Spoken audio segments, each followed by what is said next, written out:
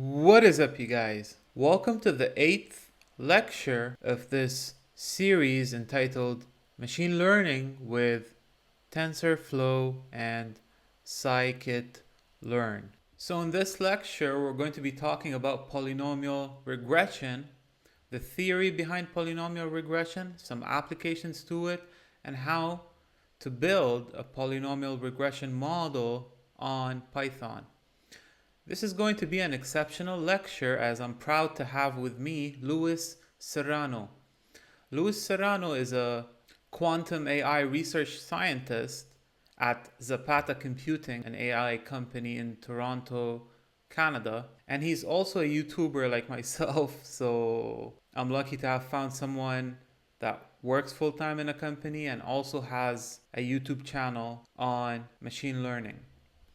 Now, Lewis has a rich past experience, such as he was a lead artificial intelligence educator at Apple in San Francisco. He also has a course on deep learning with PyTorch on Udacity. This is a really good course. He was also a visiting professor in Quest University in Canada, and he spent almost 2 years in Google working as a machine learning engineer for YouTube, and more specifically on YouTube's video recommendation algorithm.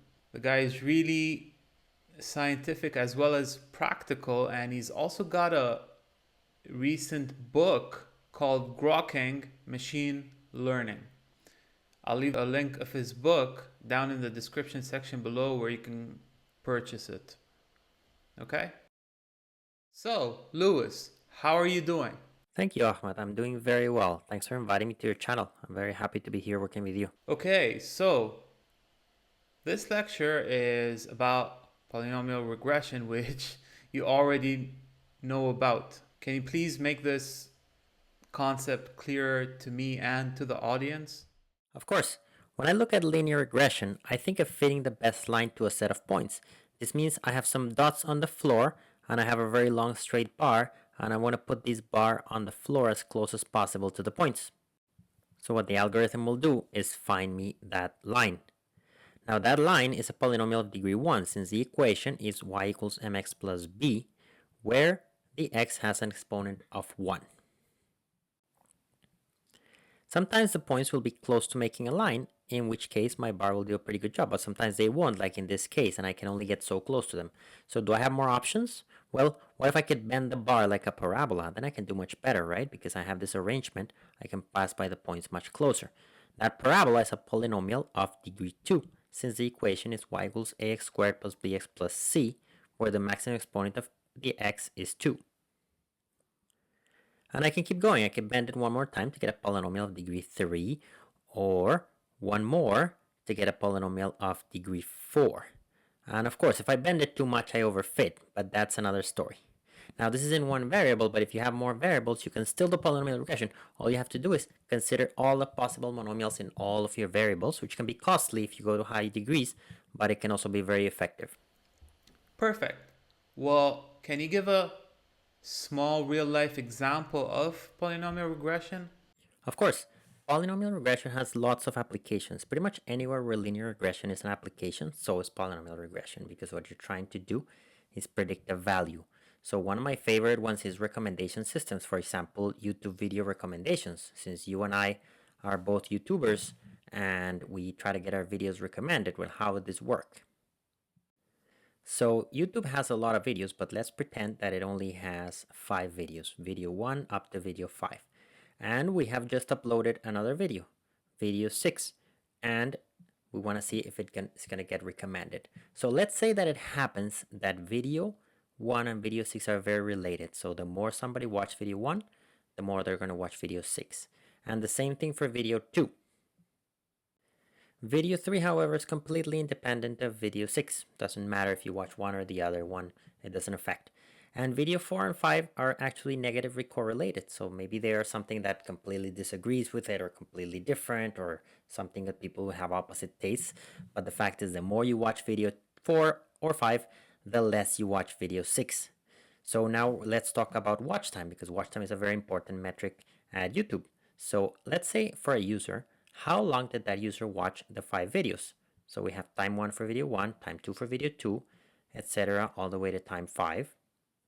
And what we're trying to predict is the predicted time 6, which is the time that the model predicts that a user will watch video 6 based on all the other ones. And what linear regression does is it attaches some numbers to all the other videos, and it says the sum of these is how much I think you're going to watch video 6. So notice that the two green videos, video 1 and 2, have positive coefficients attached to them, because the more you watch video 1 or 2, the more you're going to watch video 6.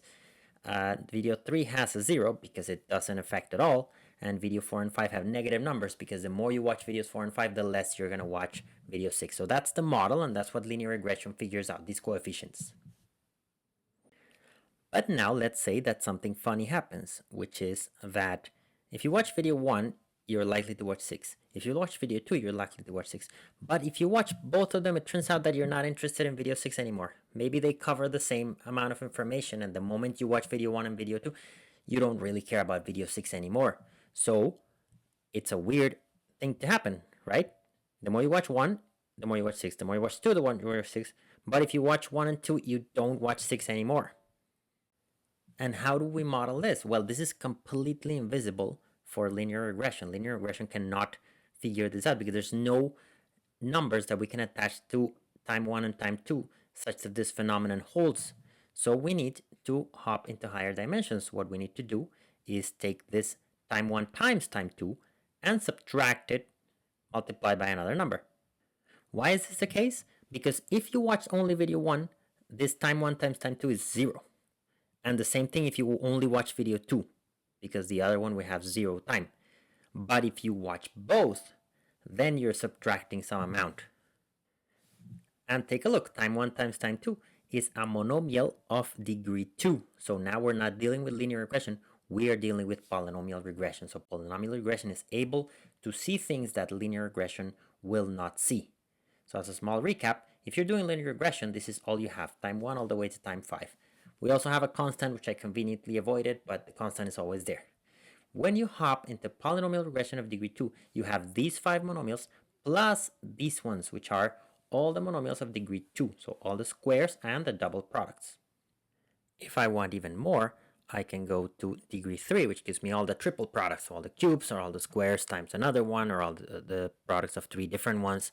So as you can see, I can keep going, increasing the degree, and I keep getting more freedom and many more models that I can use.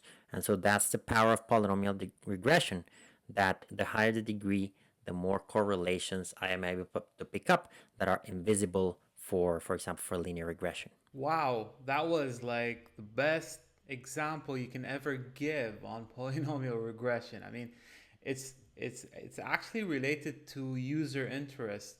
So that's no wonder why YouTube would use it as a recommendation algorithm for their videos. It's really funny how, if someone watches video 1, that user would probably watch video 6, and so does if he or she watches video 2. Same user is going to watch video 6, but if they watch them both together, it's most likely that they won't watch video 6. And the only way you can model this through coefficients is through polynomial regression and not linear regression, because as you said, it's invisible to the model if you were to use a linear regression, of course. That was some fascinating explanation. I liked it a lot, and I'm sure the audience would as well. Thank you for passing by the channel. Thank you for preparing all this content. And I'm looking forward for some future work. Thank you, Ahmad, for inviting me to your channel. It's been a pleasure working with you, and keep up the good work. The pleasure is mine. Okay, now, so let's go to Jupyter Notebook and see how to train a model based on polynomial regression.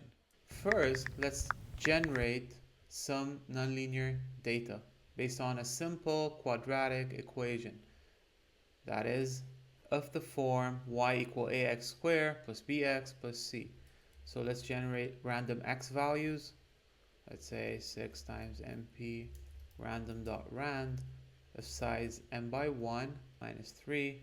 Let's take 100 data points, and let's compute their corresponding y target values according to this quadratic equation where a is half, b is 1, and c is some random 2 plus some random offset 2. And we've got also some noise, right? So running this, and let's plot the outcome. So I'm going to plot my data points in blue, as you see over here. And let's label the x label as x1 and the y label as y, and set the rotation to 0. I mean, a human being could actually figure out that you can never fit a straight line over here. Of course, you could apply linear regression over here, but the result will turn out to be unsatisfying, right? So let's try to fit a polynomial. So I'll import the polynomial features.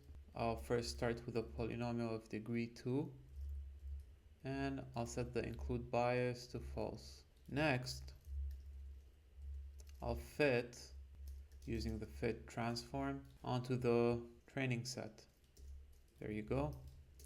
Now as you can see, now x poly over here contains the original feature of x, right? So if I take a look at x0 or x poly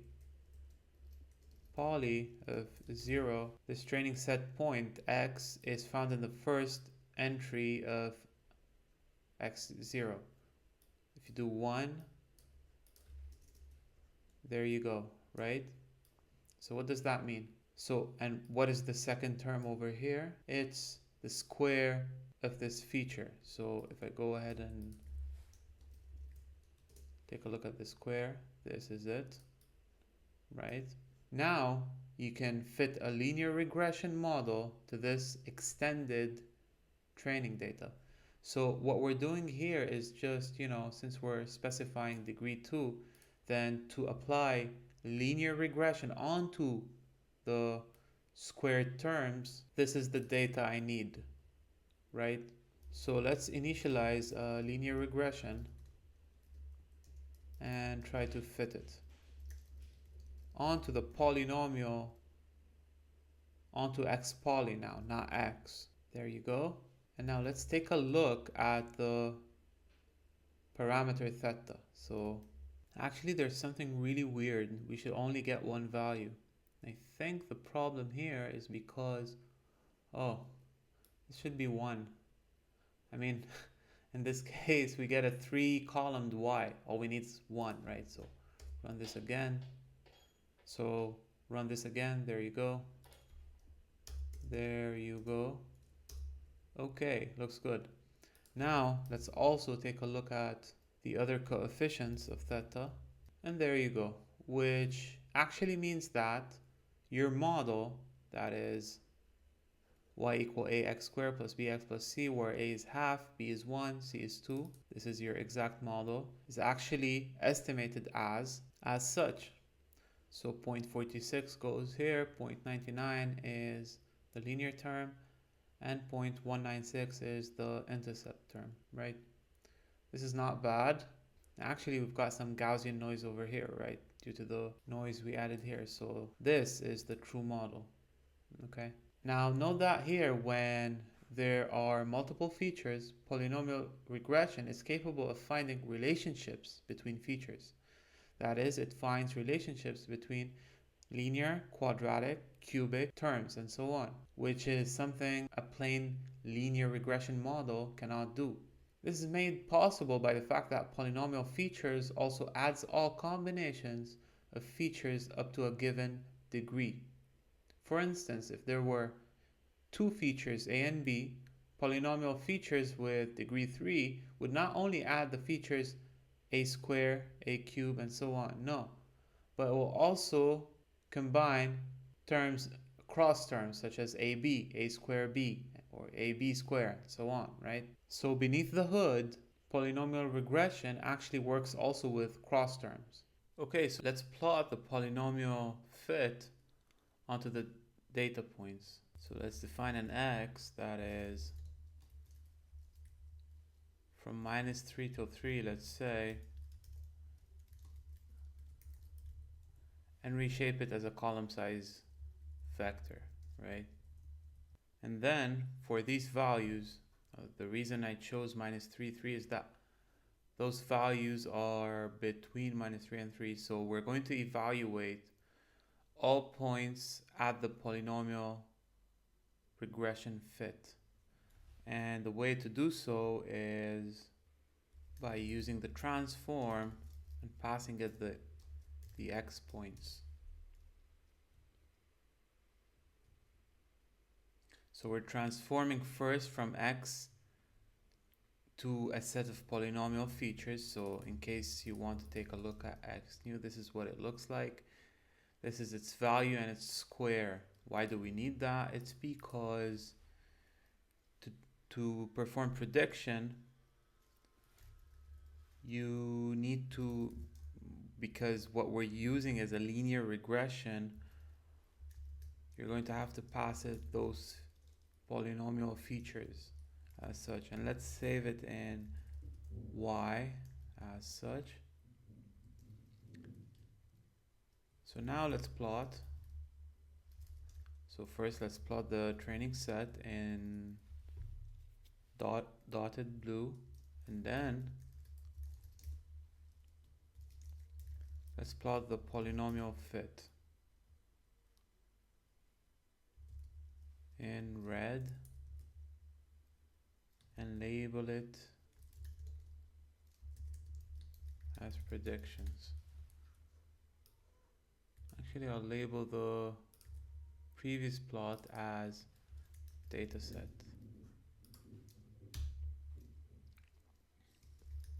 Now let's see how the plot looks like. There you go, looking good. And now let's give some x and y label. So the x label is the x1 features. As you can see, if you want you can increase the font size, let's say till 20. Do the same thing for y.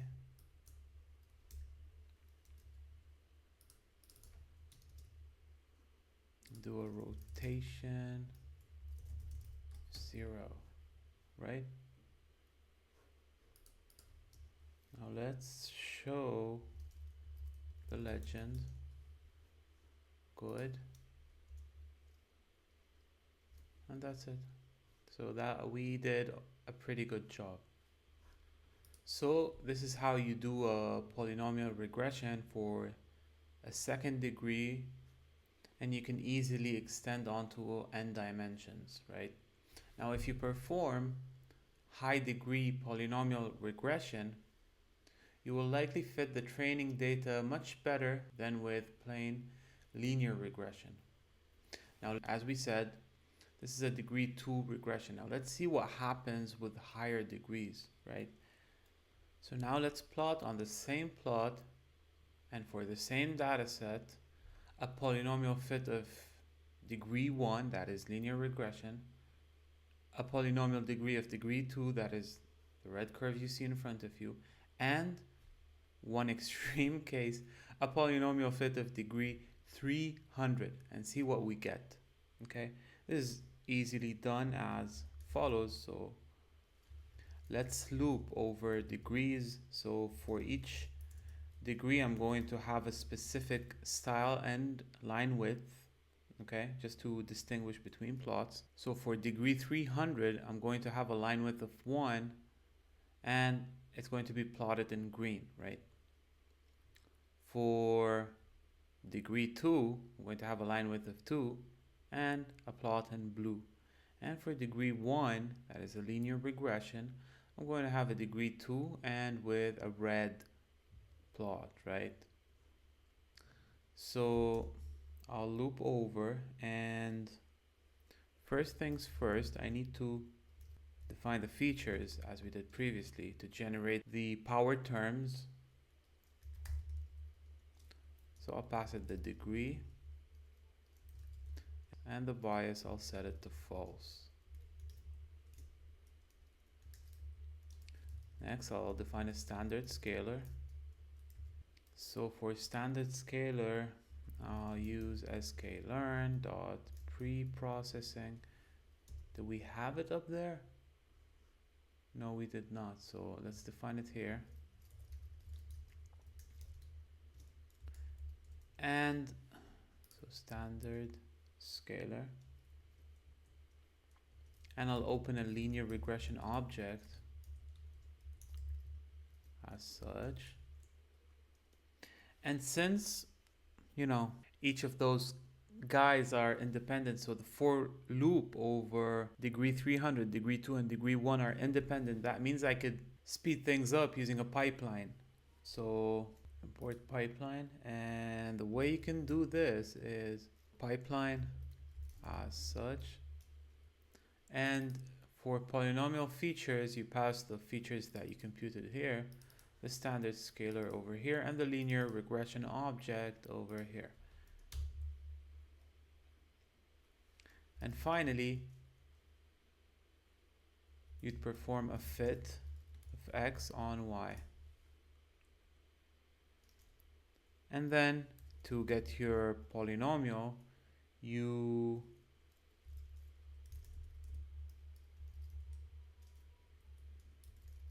perform a prediction on x new.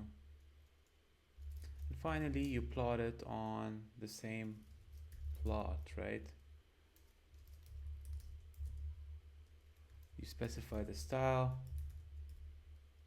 The label is the degree of the polynomial, and the line width is the width. Finally, on the same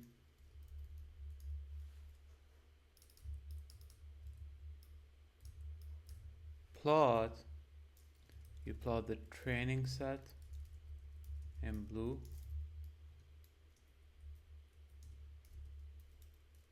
say a line width of 4.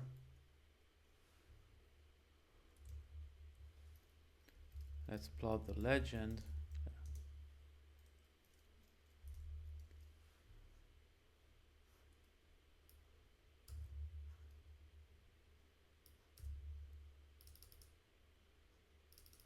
Give an X label and Y label, and let's run this. You see a bit of an explosion over here, right? So for that, I'm going to limit my axes because it happens on the edges. That's degree 300. So my axis, I'll set it between -3 and 3. And for the y-axis, between 0 and 10. And there you go. Okay?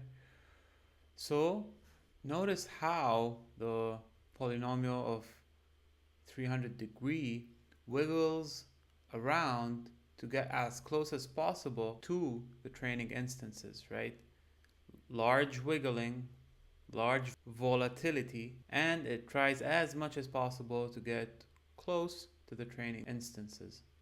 Now, of course, this high degree polynomial regression model is severely overfitting the training data, while the linear model is underfitting the data, right? So the model that will generalize best in this case is the quadratic model. Of course, because this is how we generated our data, right? Don't forget that the data set is actually generated from a quadratic model of this form, and to be more specific, these are the values, right? So if you try to fit the training set using a polynomial with degree less than 2, that is a linear regression, we have underfitting. If it's more, we've got overfitting, right? Now the question is, do we have any sort of like plot or metric that reports over or underfitting? Well, yes. And this is noticed through a plot that is referred to as the learning curve. So learning curves are plots of the model's performance on the training set and the validation on both the training and validation sets, as a function of the training set size. Let's see what we get here if we plot learning curves for some models. So the way we can, first we need to import the mean squared error, and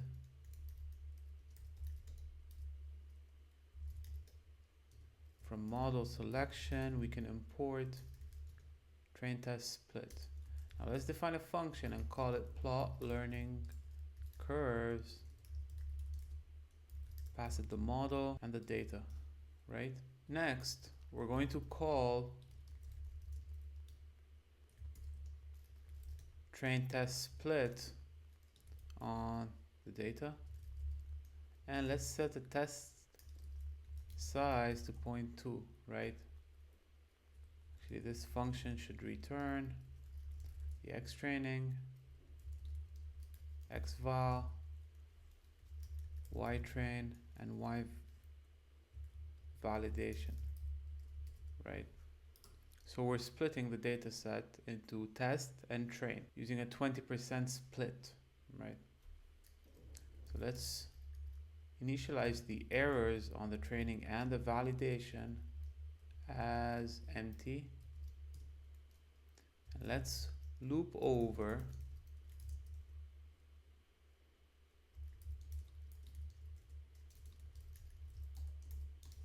the training set, perform a fit according to the inputted model, of course a fit of size m, right? And then we perform prediction according to the given model. As such,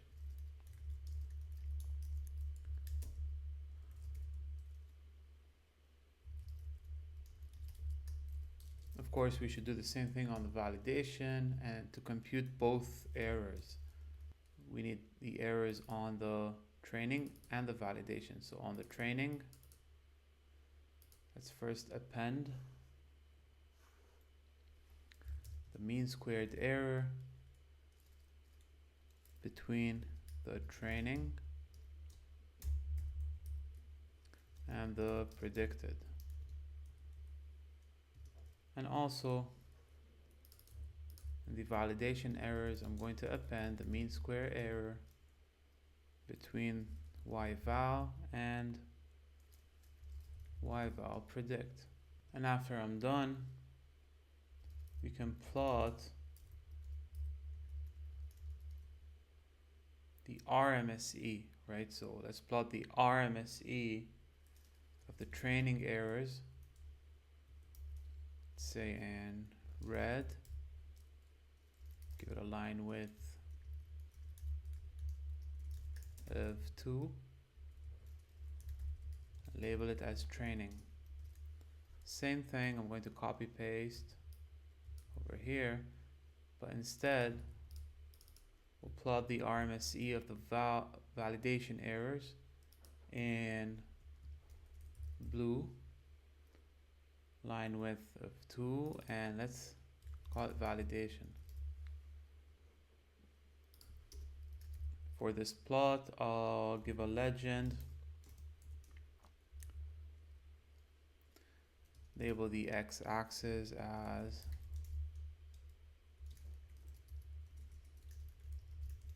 training set size, give it a font size of 15, and the y-axis I'll give it a label of RMSE. Okay, run this, and now let's take a look at the learning curves of a simple plain linear regression model. So all I have to do is define a linear regression object as such, and then call my plot learning curves function, pass it the model and the training set. So I've got an error here. It's due to the fact that I called this validation. Well, let me call it val, right? Okay, no error, but I have to turn this plot off as such. And there you go. So what do we have here? First, notice the performance on the training data. When there are just one or two instances over here, let's say, the training set, the model can fit them almost perfectly. So RMSE is 0, right? But as new instances are added to the training set, it becomes impossible for the model to fit the training data perfectly. Now, this has two causes. The first one is because the data is noisy, and the second one is because the model is not linear, it's a polynomial, right? So of course you're going to get errors. And this explains why the RMSE increases with training set size to reach a certain plateau over here. At which point adding new instances to the training set doesn't make the average error much better or worse. It just increases to a plateau. Now, when the model is trained on very few training instances, it is incapable of generalizing properly, which is why the validation error is initially really high. Then, as the model is shown more examples, it learns, and thus the validation error slowly goes down. However, once again, a straight line cannot do a proper job in modeling the data. So the error ends up at a plateau, just as the training set. And we can see that both plateaus are almost the same, right? So these learning curves are typically of an underfitting model. Both curves have reached a plateau and they are close and fairly high. So you say that the model is underfitting the data. Now keep in mind that if your model is underfitting, adding more training examples will not help. You need to use a more complex model or come up with better features. Now, let's see if we do a fit on a polynomial of degree 10. So keep in mind that for good practice, it's always recommendable to use pipelines when you're doing polynomial regression on high degrees, right? So to do that, to plot the learning curves of a polynomial regression of, let's say, degree 10, then first let's pass it the poly features as such. That is of degree 10, and the bias, I'll set it to false. Next, we'll pass a linear regression object as such. If this runs, it runs properly. Now let's call plot learning curves. Pass it the polynomial regression along with the data set. Plot show, and there you go. Whoa. Let me cut this off because I'm really interested in, in this region over here. So let me, limit the axis. Say the y-axis I'll limit between 0 and the x-axis I'll limit between 0 and 80, and the y-axis I'm just interested, let's say, up to a certain value, let's say 4. Run, and there you go. Okay, now as you can see, these learning curves look a bit like the previous ones. There are two very important differences. The error on the training set is much lower than with linear regression. Why is that? You could see, of course, it goes up and then it plateaus. It seems like it's plateauing, but the RMSE is what? Like upper bounded by 1? Well, in the previous case, it went up to 2 and then it stabilized at 1.5, right? So that's why we have a much lower error on the training data. So that's the first difference. And the second one is that there's a decent gap between the training and the validation learning curves, whereas in the previous one, the gap is very small, if not zero. So this means that the model performs significantly better on the training data than on the validation data, which is the hallmark of an overfitting model. However, if you used a much larger training set, the two curves would continue to get closer and closer. One way to improve an overfitting model is just to feed it more training data until the validation error reaches the training error. Okay, so that's it for this lecture. I hope you enjoyed it. If you did, please leave a like on this video and subscribe to my channel. If you have any questions whatsoever, kindly leave a comment down in the comment section below, and I'll make sure I'll get to it as soon as possible. Also consider donating to my Patreon account any amount you wish. Thanks for watching, and I'll see you in future lectures.